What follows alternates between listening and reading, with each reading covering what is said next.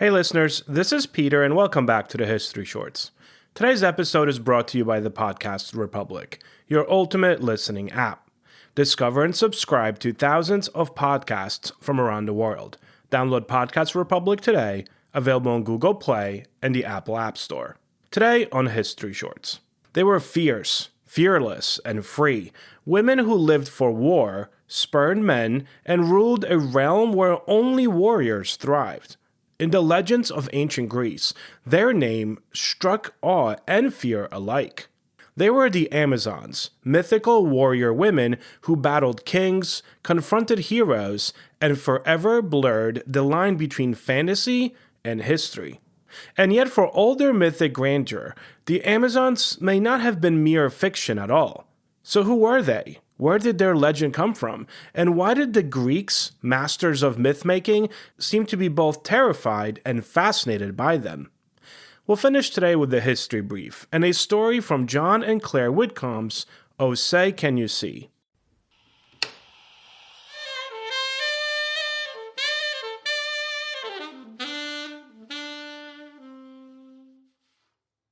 A quick word from our sponsors. This day in history. On February 10th, 1763, the Treaty of Paris ended the French and Indian War, transferring vast territories in North America from France to Britain. On February 10th, 1996, chess grandmaster Garry Kasparov faced IBM's supercomputer Deep Blue, marking one of the first major showdowns between human intelligence and artificial intelligence. Story of the day. In Greek mythology, the Amazons were said to live far beyond the known world, in a kingdom ruled by women and devoted to war. The poet Homer called them the equals of men. Later writers described them as archers or horsewomen, unmatched in speed and strength. They wielded bows, spears, and double-headed axes. The Labrys, symbols of divine power and independence. According to legend, they founded great cities along the Black Sea, their capital known as Themyscira. Their society was one of stark inversion. Men were kept as servants or mates, but it was women who held power, fought battles, and governed. In an age where Greek culture was defined by patriarchy, the Amazons embodied its perfect opposite. A mirror image that reflected both fascination and fear for the Greeks.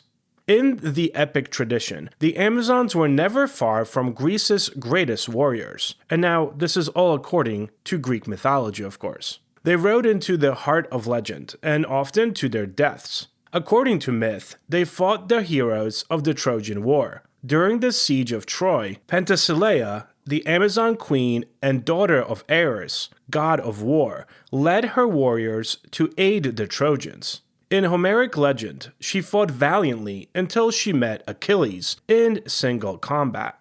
Achilles killed her, but when he removed her helmet and saw her face, he was overcome by grief and desire, realizing too late that he had slain someone as noble and courageous as himself.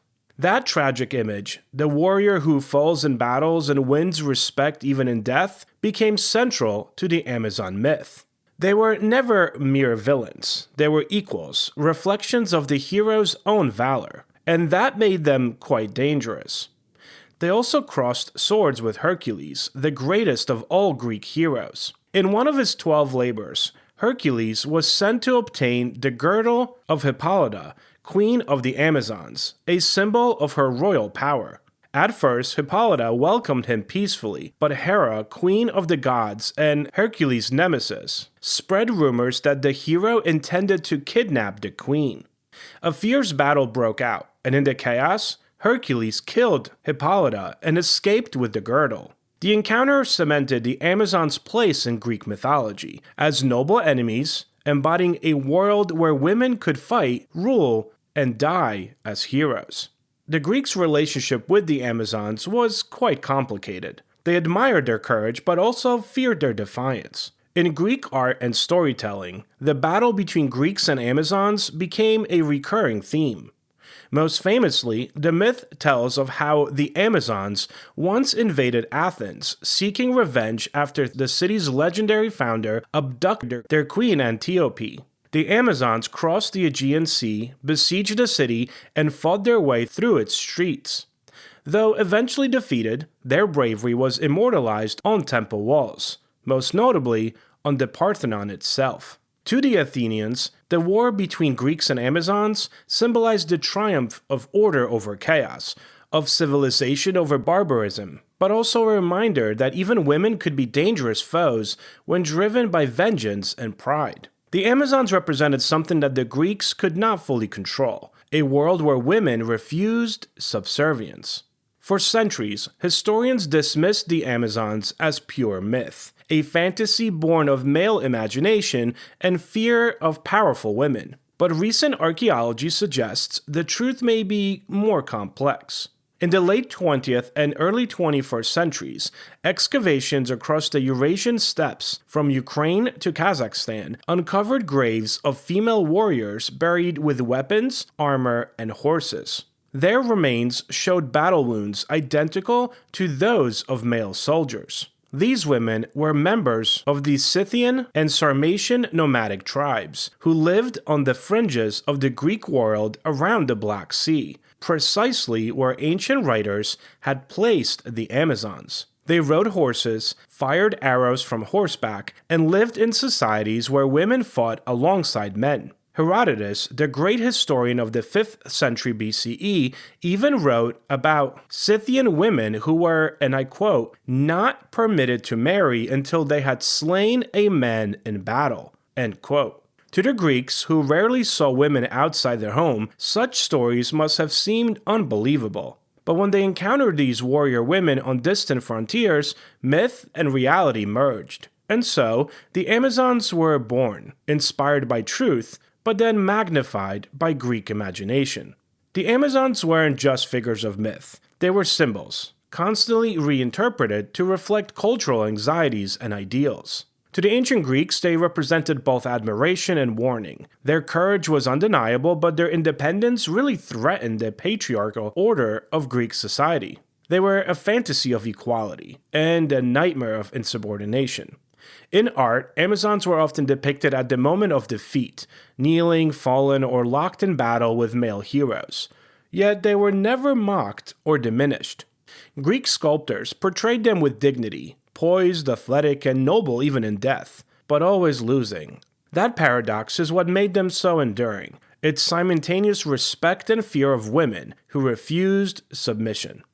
As historian Adrian Mayer notes, the Amazons are neither holy myth nor history, but something between. The mirror in which Greek men saw both their ideals and their insecurities.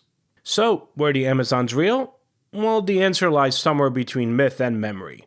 There were no Amazon kingdoms in Greece's history books, but on the steppes beyond, there were real women who fought, rode, and ruled as equals. The Greeks saw them, and their imaginations did the rest.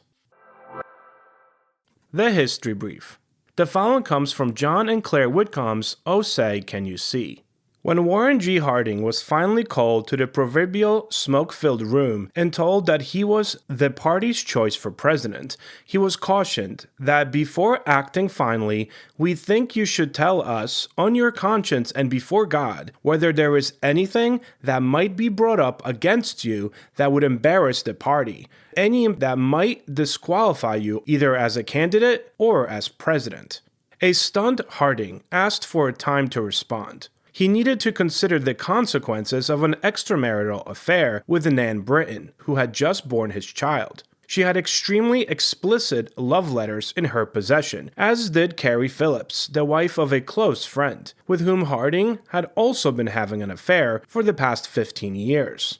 But, after 10 minutes, Harding returned to the room and said to his constituents that there was no impediment for him to be president. His infidelities did not come to light until after his death. Thank you so much for spending some time with me today and for helping make this little show such a mighty success.